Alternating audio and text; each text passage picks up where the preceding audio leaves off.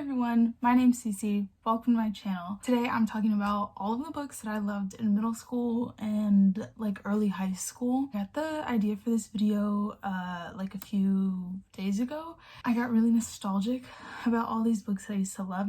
It's kind of a lot. First books that I have, it's an entire trilogy. Bad Girls Don't Die by Katie Allender. This is the first book.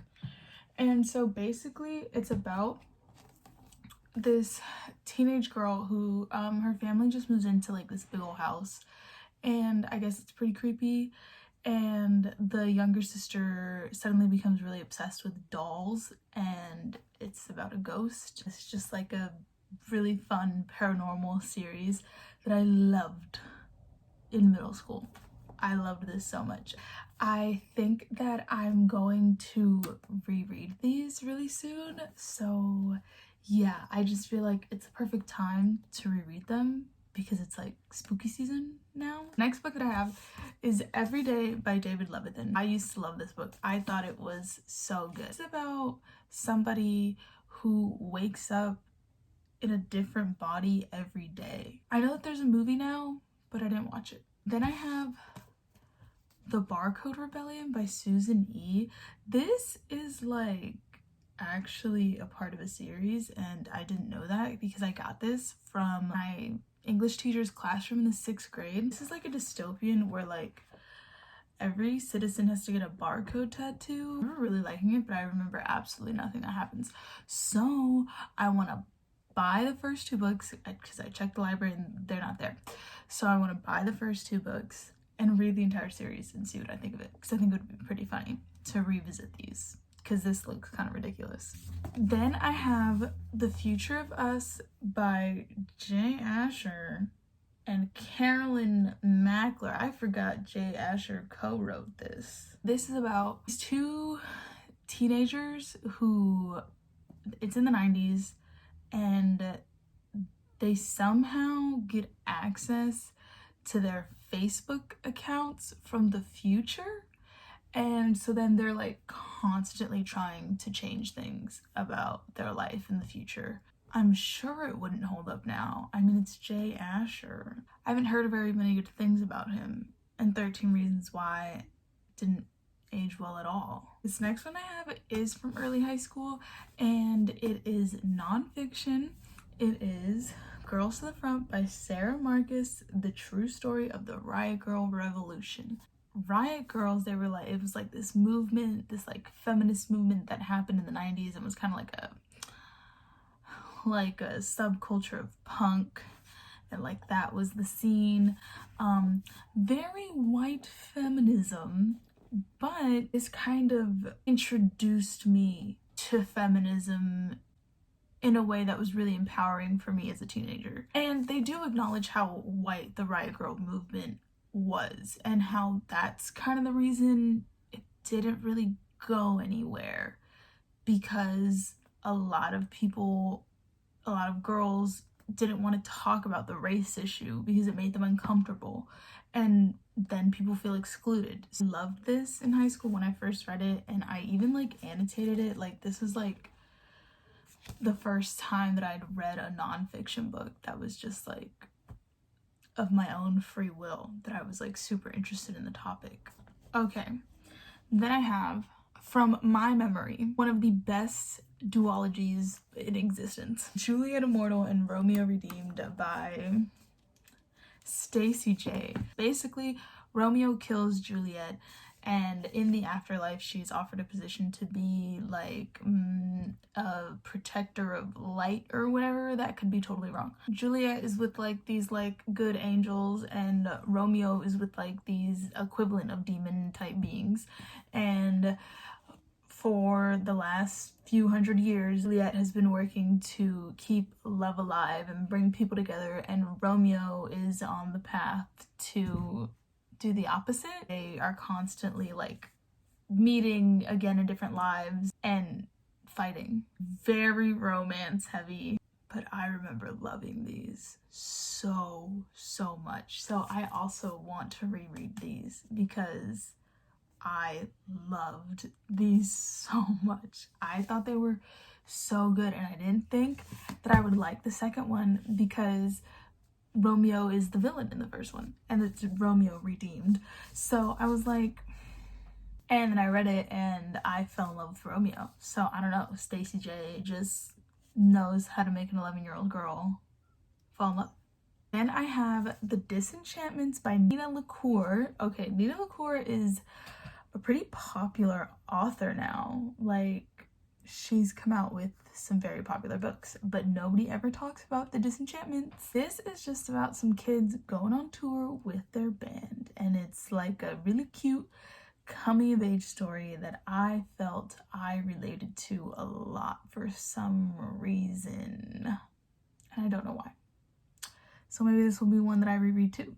Then I have Are You Experienced by Jordan Sonnenblick. This is about a young boy who has really strict parents because his father's brother, so his uncle, died of a heroin overdose, and so now his dad is really strict. But our main character kind of just wants to play music, and he's obsessed with rock music. And one day he goes into the basement and he sees that his dad has a guitar signed by Jimi Hendrix, and he's like, no way. And so he decides to play it and gets sent back to Woodstock with his dad, who is 15, and his uncle, who is still alive. The entire time he knows what is eventually going to happen to his uncle, and he doesn't know if he should say anything or not because to them he is a stranger.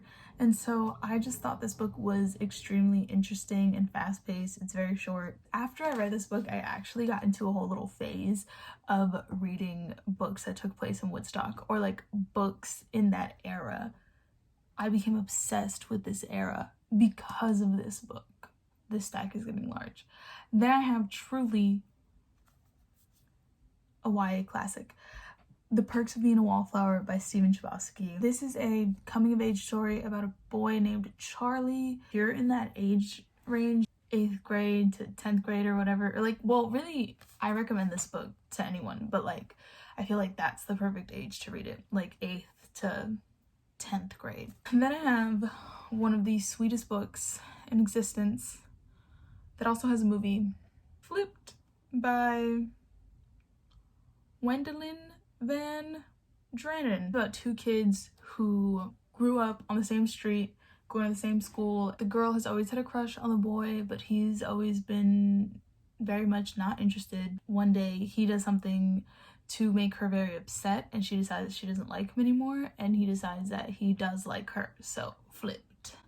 This is super cute, and if you're just looking for like the fluffiest of fluffy, it's Flipped. And the last book that I have is probably the best one, my favorite, most likely. I actually just bought it because when I read it as a teenager, I think I read it in like the 9th grade. I had checked it out from the library. That's how I found it. I was at the library one day, at a random library too, like nowhere near my house. I was there because my mom was doing something, and so I just hung out in the teen section and I found this and I was like, whoa, this is really like weird. And so I checked it out. Long story, but it is Rookie Yearbook 1, edited by Chavi Gevinson. This is like a collection of kind of like the best stuff throughout the year of Rookie magazine. That used to be a website. It's like no longer a thing, which makes me really sad because I used to keep up like with the website and I would read something from it every morning at one point. I was literally obsessed with Rookie magazine, and I recommend it to any teenage girl, especially like on the younger side, like preteen to teenage. Yes, yeah, it's just kind of like a best of throughout the year, and there's just like articles written by different people, interviews with like different famous people like Emma Watson, Lorde, like all these people, and just kind of like tips and photo shoots and playlists and like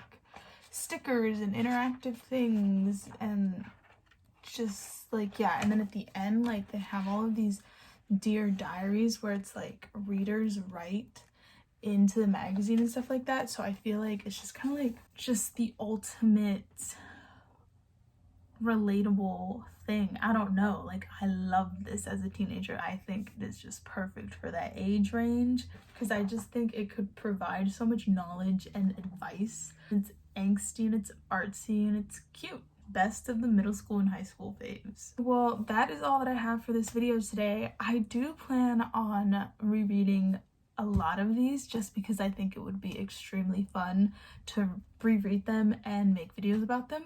So yeah, look out for those if you're interested. Talk to me in the comments about if you've read any of these. Like, please let's talk about these in the comments, please. So yeah, other than that, like, subscribe, everything, and I will have another video up soon. Bye bye.